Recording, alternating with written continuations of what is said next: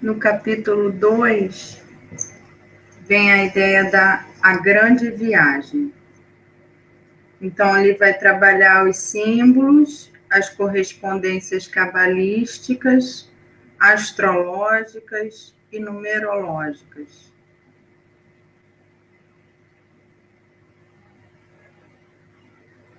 E os fundamentos dos significados práticos do tarô. Suscitar uma visão pessoal das cartas. Que atitudes e aspectos de nós mesmos aparecem nelas.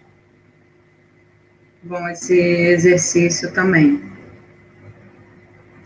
Para você exercitar isso, né? O que pessoalmente eu enxergo nas cartas, independente do que eu estudei ou não nelas. Que a sequência dos arcanos maiores é a grande viagem do ser humano à procura de si mesmo e de sua realização pessoal. Cada uma das cartas como um estado de consciência. Faz analogia do louco como um bebê em desenvolvimento, e as outras cartas daí por diante, como se o louco fosse se desenvolvendo até o mundo. E os arcanos menores também fazem parte desses degraus, desses estágios. Sugere para fazer a reversão do que ele chama de programação, e no caso, a programação familiar. Faz uma leitura de todas as cartas, assim, de forma resumida no começo.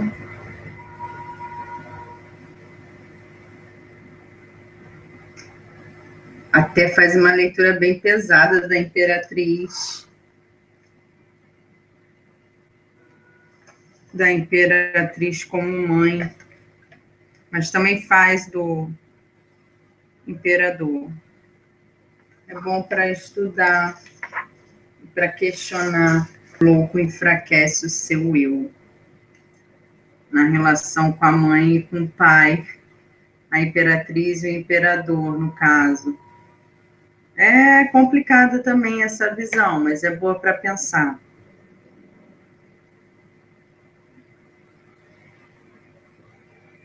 Que o Hierofante, né? Então, nesse caminho do louco, é como se a Imperatriz é a mãe, encontra com a mãe, o Imperador com o pai, e o Hierofante representa as doutrinas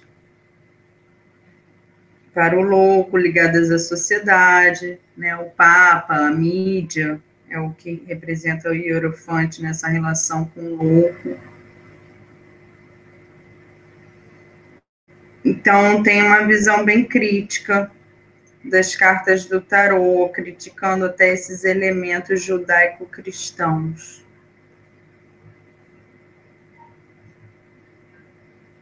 Então, quanto maior é a programação, maior é a necessidade do ser verdadeiro de resgate. Então, vai passeando com o louco pelos arcanos, como se o louco fosse um aprendiz, dialogando com cada arcano. Por exemplo, quando chega no enamorado, a questão de escolha. Eu escolho continuar sendo programado ou escolho ser quem eu sou? Seria as duas escolhas que estão colocadas para o enamorado.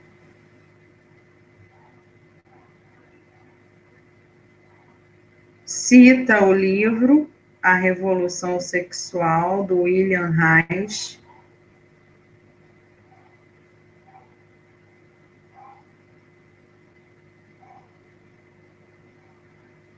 Então, o louco vai entrando em contato, dialogando com cada arcano. No capítulo 3, trata já dessa questão sobre o que é o tarô, origens e histórias, revirando as páginas do tempo. Que a disposição do Crowley é uma disposição matriarcal, por isso que aparece cavaleiro, rainha, príncipe e princesa. E a disposição patriarcal, que é da maioria dos baralhos, aparece rei, rainha, cavaleiro, valete. Que o uso trivial do tarô foi o que deu origem ao baralho comum, no qual ele se perdeu uma carta da corte e coringas que lembram o louco.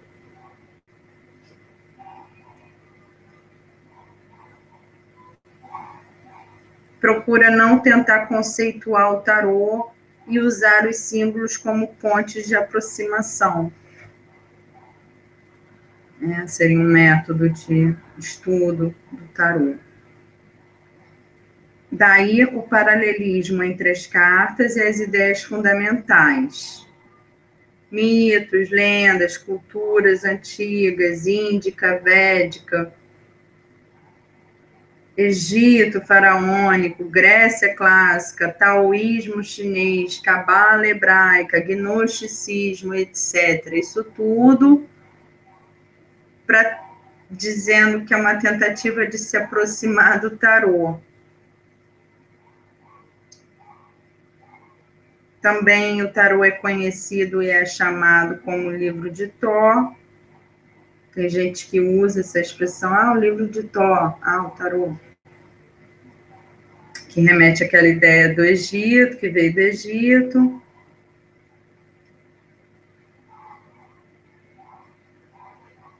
Dá vários exemplos no livro dele, isso é interessante também, de citações históricas do século XIV, ou seja, do ano do século de 1300.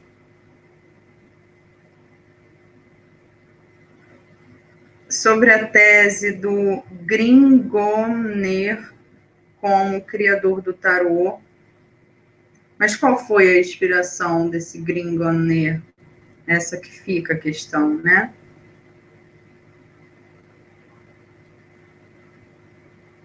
Do gnosticismo, províncias orientais do Império Romano, cristianismo, mais os hindus, mais caldeias, mais persas, mais egípcios, mais filosofia clássica, mais cabala hebraica, uau!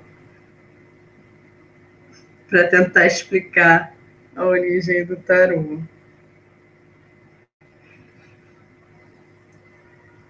Lembrando que Alexandria foi o centro da cultura gnóstica do século II depois de Cristo, a igreja copta. Então já está andando bem mais para trás, mais de 1000 anos. Que o gnosticismo conservou muito dos conhecimentos das seitas heterodoxas cristãs, valdenses, cátaros, albigenses, bogomilhos, templários. Que esses conhecimentos foram destruídos.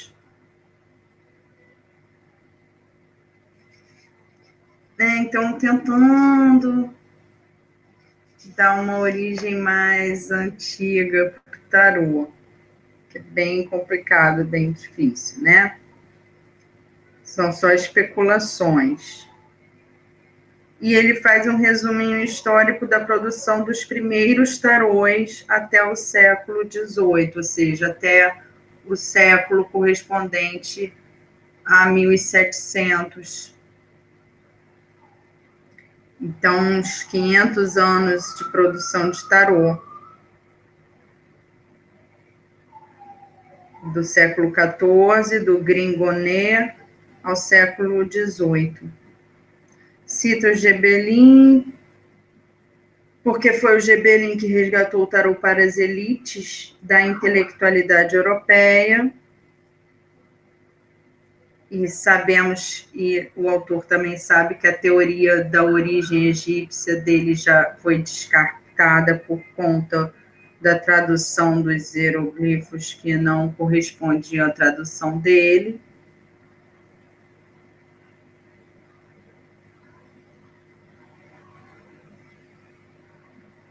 Ele faz Levi, que traz a questão da origem hebraica, a árvore da vida, um pequeno resumo do que é a árvore da vida. correspondência entre os arcanos e os caminhos. Ideia de árvore da vida. Você tem os pontos da árvore da vida e tem os caminhos da árvore da vida. Então, também tem as correspondências dos arcanos com os caminhos. Lá no livro do Papos, que nós já estudamos aqui, ele traz a inspiração egípcia do Gebelim, mais a correspondência com o Tetragramaton, que é o nome de Deus, Iod-Re-Vo-Re. Faz essas correspondências todas com as cartas. Então, vem o tarô integrando múltiplos aspectos da sabedoria esotérica, com S. E o grupo da Golden Dawn é que traz o Crowley, o Waite e uma galera. O tarô de Crowley foi desenhado pela Lady Freda Harris, lançado em 1966, e tem a correspondência astrológica, letras hebraicas, nas cartas, inscrito, né? O tarô Waite, desenhado pela Pamela Smith, tem os arcanos menores, traz os arcanos menores desenhados, apresentando uma cena da vida cotidiana.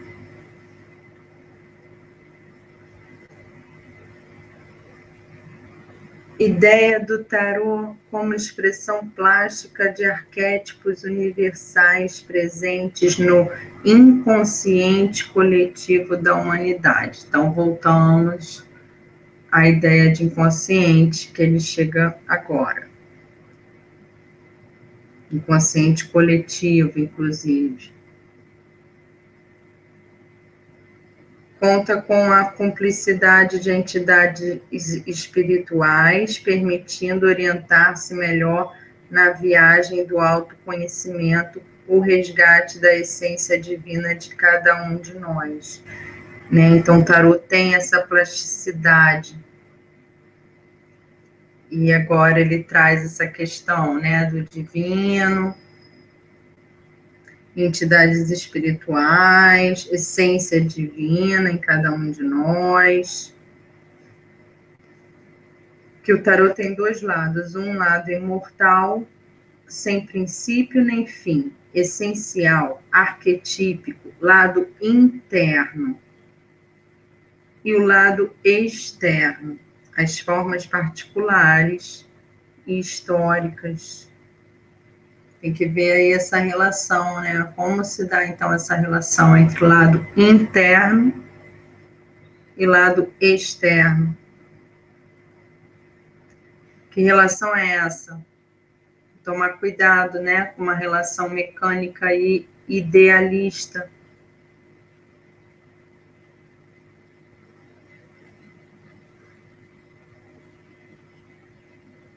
Então, as ideias de humanidade, evolução, planeta Terra, por aí vai. No capítulo 4, fala sobre os rituais e sistemas de leitura, aí volta a ideia da questão da intuição, terceiro olho, chakra ajna. Eu já levantei as questões importantes aqui para a intuição, mais tarde talvez a gente trabalhe sobre isso. O mantra para desenvolver a intuição, e que a própria leitura do tarô também desenvolve a intuição.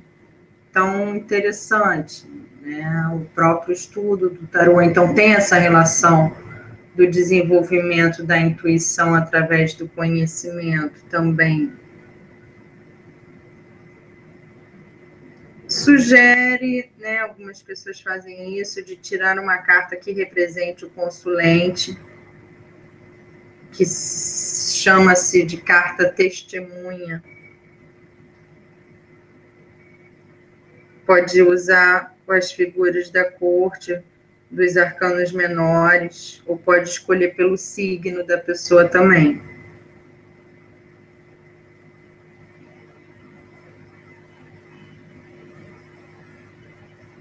invocar entidades, né? E aí o Crowley fazia isso, ou o eu superior, e aí começa a entrar essas ideias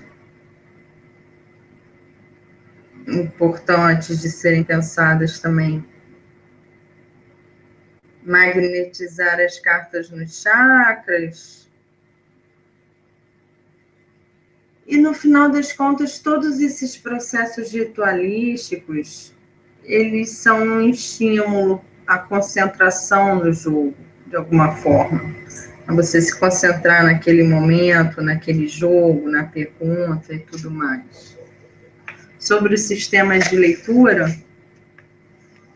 tem os sistemas terapêuticos, que é o dele, por exemplo, nós vamos ver, já vimos um pouco. E tem também o do Veet Vivarta, que é a leitura do mago. Tem as leituras de autoconhecimento, que é a leitura astrológica, provavelmente a da mandala, né? E a árvore da vida, que é a relação com a cabala. E as leituras adivinhatórias, por exemplo, a leitura do triângulo e a leitura cigana. E aí ele descreve a leitura terapêutica, que são 10 posições, parecida com a cruz celta. Mas procura trabalhar os conflitos da pessoa.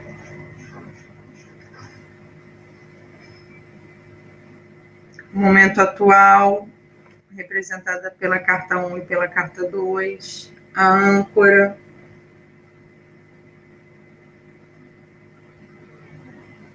necessidade interna, relacionamentos, infância. Então, essas casas, por exemplo, representam os conflitos da pessoa. Fala sobre a programação infantil, que no inconsciente continua nos manipulando. A infância é a origem da âncora.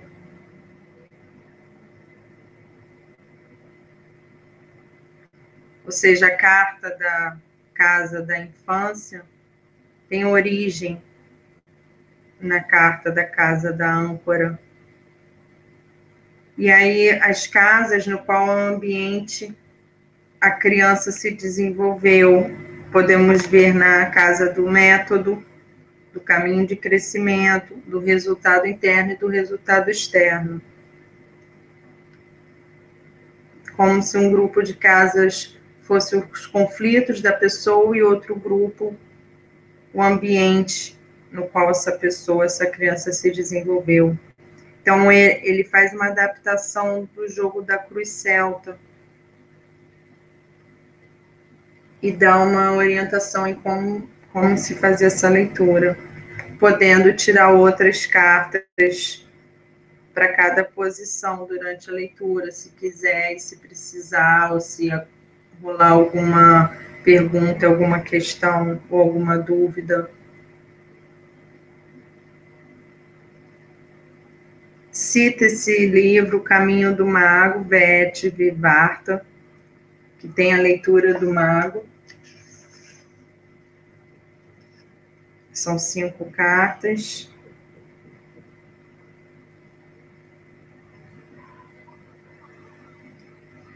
A leitura das casas astrológicas. E ele coloca 3 cartas no meio da mandala.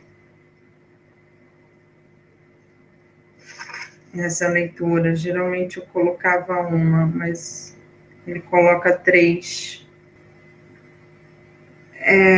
A carta testemunha.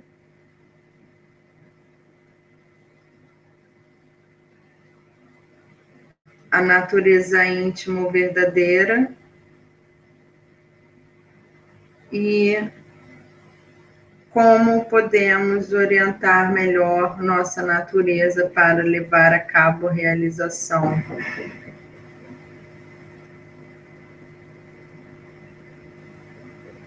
Então, interessante essas 3 casas no meio da mandala. Geralmente a gente coloca uma.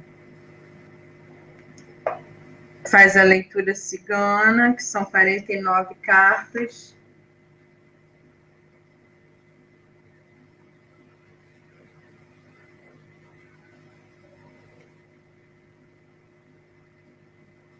É bom para estudar. Faz a leitura da Árvore da Vida, que são 60 cartas. E no capítulo 5, chegamos finalmente às cartas. Como disse na capa, a gente tem o mago e a força. A terceira eu não consegui distinguir qual é. E a gente vai eleger para ler a força, porque o mago geralmente sai bastante na capa e já lemos o mago aqui como exemplo. Acho que a força ainda não. Então, cada carta, ele vai fazer o estudo de cada carta, detalhado. Então, vai falar sobre os títulos que tem as cartas, ou que já tiveram as cartas, nomes das cartas. Vai falar do número, uma leitura numerológica. Vai falar da letra hebraica correspondente. Vai falar do caminho cabalístico correspondente. Vai falar da atribuição astrológica da carta. Vai falar dos símbolos da carta.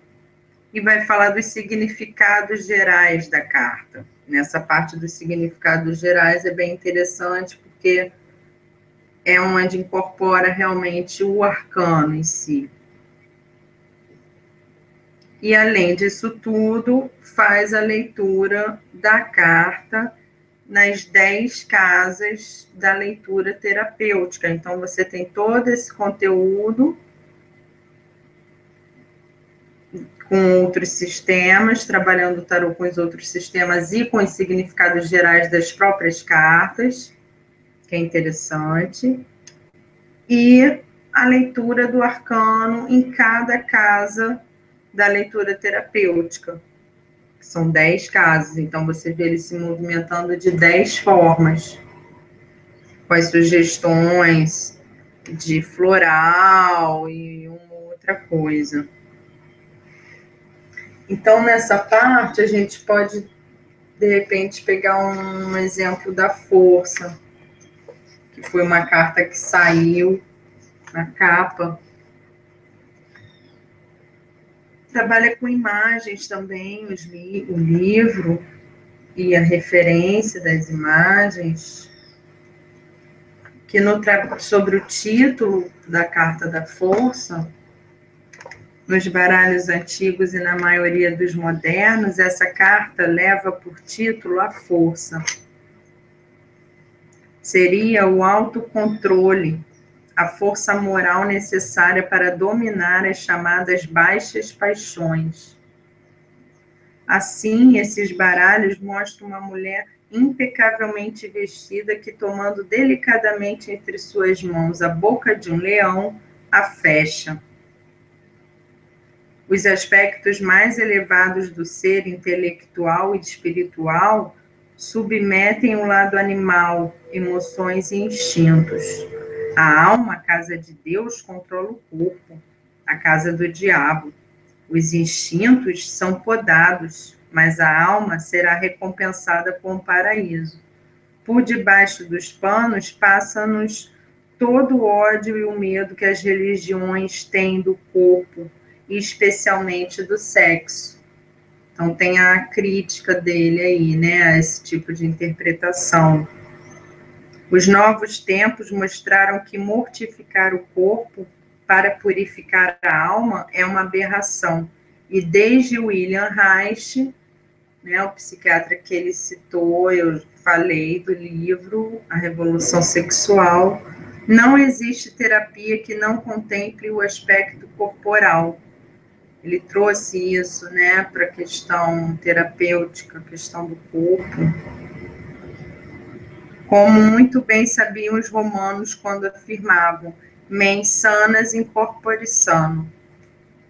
Também mestres como Osho Rajneesh, Dom Juan e Rolando Toro nos advertem que, sem o resgate do corpo, de sua saúde, vitalidade e impulsos, pouco ou nada se pode avançar no caminho espiritual. Não é porque uma de nossas partes controle as outras, mas porque só integrando-as obteremos os melhores resultados, tal como enuncia a sabedoria popular quando diz: da união vem a força. No tarô egípcio, essa carta chama-se a persuasão, dando uma conotação mental a esse controle. Assim, tornou-se necessária uma atualização. Esses preconceitos não podiam passar o umbral da nova era sem serem desmascarados. Ele está fazendo essa crítica, né? Até o tarô de Marcélia, a figura da força no tarô de Marcélia, e essa interpretação judaico-cristã, né? Essa questão de desvalorização do corpo, dos instintos.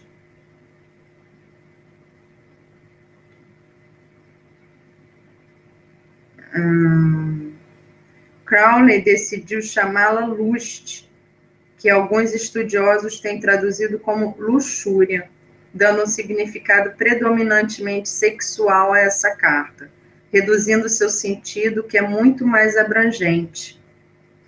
Eu a chamo de tesão, tal como sem tesão não há solução. Seria a luxúria no seu sentido mais amplo, não restrito ao puro desejo sexual, mas generalizado a todos os aspectos da vida. Existe algo mais luxurioso que a natureza? É o entusiasmo que direcionamos para determinadas atividades ou pessoas e que nos leva a nos integrarmos. Ficamos totais no aqui e agora e nos desabrochamos em diversidade, criatividade e beleza, liberando prazer e gratificação. Os cabalistas conhecem essa carta como a filha da espada flamígera e o senhor do leão. Aí vem com a interpretação numerológica, a letra hebraica, caminho cabalístico, atribuição astrológica, símbolos.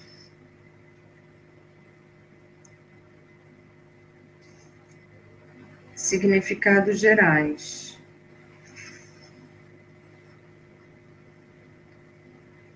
E a interpretação na leitura terapêutica. Então, tem bastante método para estudar. Então, na interpretação só do nome da carta já viu, né, o autor trazendo as visões críticas dele, tanto do tarot de uma carta de desenho tradicional. Dá para fazer uma boa leitura dessa carta também. Mas a crítica dele é interessante, quanto da leitura do próprio Crowley, uma coisa mais sexual, enquanto ele está querendo falar de corpo numa coisa mais abrangente. Então, legal, já dá para ver movimento, né? Para estudo. Vem a interpretação das figuras da corte e os 16 tipos de personalidade. São uma ponte, a figura da corte, entre os arcanos maiores e os arcanos menores. Os arcanos menores estão ligados a aspectos do microcosmo, relativo aos seres humanos. As cartas da corte também se referem a fenômenos da natureza. As 16 figuras resultam da combinação dos 4 elementos com eles mesmos e os 3 restantes. Personalidades, atitudes a serem tomadas, qualidades humanas, aspectos comportamentais. Cada um possui 2 elementos. Cada carta da corte, correspondente a um naipe, possui 2 elementos, o da figura da corte e a do naipe. E aí, daí as combinações. A natureza profunda, que é o naipe, e a sua expressão, que é a figura da corte. Faz uma leitura bem detalhada de todas essas combinações, então ele dá uma aprofundadinha nessa questão dos elementos, é interessante para estudar as relações entre os elementos. e as combinações com os arcanos.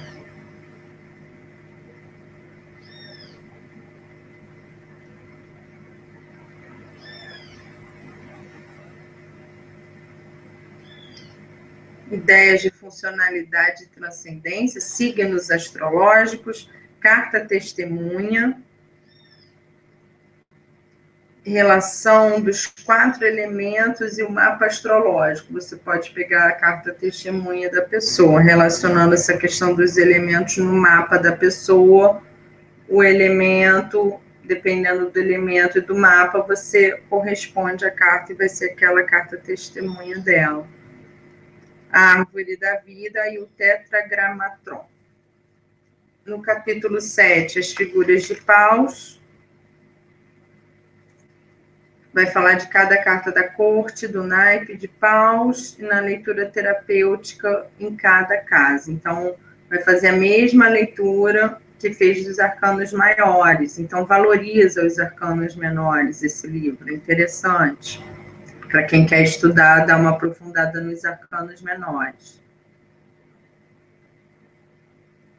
No capítulo 11, ele fala dos primos, que são os que têm os mesmos elementos, as cartas que têm os mesmos elementos. Como que algumas cartas, por possuírem os mesmos elementos, podem nos levar a enganos de interpretação. Então, por que é interessante? Porque dá uma aprofundada no estudo dos arcanos e das cartas. Exemplo, príncipe de paus e cavaleiro de espadas. Os dois conjugam ar e fogo. Mas qual é a diferença do príncipe de paus para o cavaleiro de espadas? Do ar e fogo e o do fogo e ar. Então, é bom para o estudo isso. Capítulo 12, os arcanos menores, são os momentos particulares do ser humano. Paus energético, copas emocional, espadas intelectual, discos físico. As atribuições astrológicas de cada um, que são contribuição do Crowley, e arruma todos os arcanos na roda astrológica para demonstrar. E as correspondências com a árvore da vida também. No capítulo 13, série de paus, começa a leitura de cada carta, em cada casa na leitura terapêutica. Então, as cartas numeradas, em cada naipe, em cada casa, da leitura terapêutica também. E os significados em geral das cartas e tudo mais. Então, é bem interessante esse conteúdo desse livro para os arcanos menores. Daí vem os apêndices, apêndice 1, lições de vida, que trabalha com a ideia da data do nascimento. E a carta correspondente ao número final da data do nascimento. Você soma todos os dígitos do ano de nascimento, soma os dígitos do mês, soma os dígitos do dia, soma os resultados, e o resultado final vai ser a sua carta da data de nascimento. Nessas somas, você pode ter a primeira carta, a segunda carta e a terceira carta. Se for 2 dígitos maiores de 22, vai ser um arcano menor. Vai somar os 2 dígitos para dar um número de 1 a 22, vai ser um arcano maior. E mesmo assim, dependendo desse dígito, você ainda pode reduzir, porque cada dígito pode ser a soma de outros 2 também, e achar mais uma outra carta. Como se cartas estivessem escondidas atrás das outras através desses somatórios e utilização de manipulação desses números. Porque esse número escondido é o desafio da pessoa, carta desafio. É interessante, né? Você trabalhar numerologia com as cartas e descobrindo cartas e jogando e trabalhando com elas. Tanto é que pode ser calculado por ano também, não só pela data de nascimento. Então, os cálculos vai dar um primeiro número, depois um número reduzido, depois um número oculto, depois a lição de vida geral, depois a visão de vida anual. Então, você tem só aí 1, 2, 3, 4, 5 números ou 5 cartas diferentes. E aí ele mostra a relação de todos os números e as cartas e a explicação das sequências. Então, ele dá uma atenção também a esses cálculos e essas correspondências no conteúdo, tá? Interessante. No apêndice 2, é o resumo pequeno, né, mais sintético, de cada arcano maior e menor. No apêndice 3, tem exemplos de leituras com as cartas, correspondente ao nascimento e o mapa da pessoa, e um diálogo com a consulente. Então, mostra alguns exemplos de leitura. No apêndice 4, mostra um quadro de resumo da leitura terapêutica com as casas e com as cartas, né, como se fosse uma planilha, e os arcanos menores também. E tem uma bibliografia bem legal, que vai desde o Fritjof Capra, Crowley, sobre astrologia, sobre cabala, sobre tarô, sobre Lao Tse, sobre o Tao Te Ching, sobre o Eliphas Levi. Então, tem uma boa indicação bibliográfica, boa no sentido de se aproximar do que ele está falando. Então, bom livro para estudo e conteúdo. Quem descobrir com essa carta do meio, nossa carta oculta que eu não conseguia decifrar, pode falar. Vamos se preparar para a próxima leitura.